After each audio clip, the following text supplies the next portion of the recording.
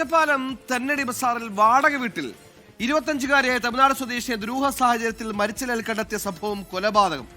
അറസ്റ്റിലായ ഭർത്താവ് സേലം ആലത്തൂർ സ്വദേശി മണികണ്ഠൻ കുറ്റം സമ്മതിച്ചു. ഇയാൾ റിമാൻഡ് ചെയ്തു. സേലം ആലത്തൂർ സ്വദേശി കൃഷ്ണവേണിയെ ശ്വാസം മുട്ടിച്ചാണ് ഇയാൾ കൊലപ്പെടുത്തിയത്. ഇരുവരും ഒന്നിച്ച് മദ്യപിച്ച ശേഷമുണ്ടായ തർക്കത്തിനൊടുവിലാണ് കൊലപാതകം.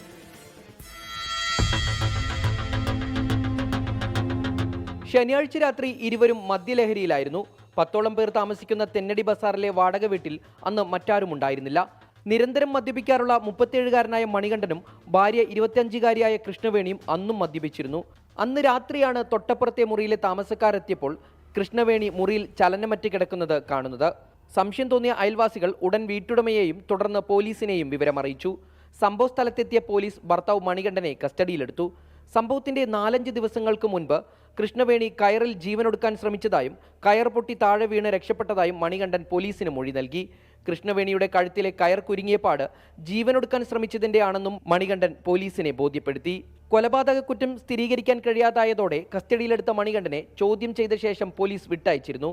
പിന്നീടാണ് പോസ്റ്റ്മോർട്ടം ചെയ്ത ഡോക്ടർമാരുമായി പോലീസ് നടത്തിയ ആശയവിനിമയത്തിൽ ശ്വാസം മുട്ടിച്ച് കൊലപ്പെടുത്തിയതാണെന്നുള്ളതിൽ സ്ഥിരീകരണമായത്.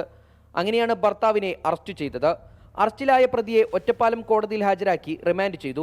മദ്യപിച്ചതിനെ തുടർന്നുണ്ടായ തർക്കമാണ് കൊലപാതകത്തിലേക്ക് നയിച്ചത് എന്നാണ് പോലീസിന്റെ കണ്ടെത്തൽ. 24 പാലക്കാട്.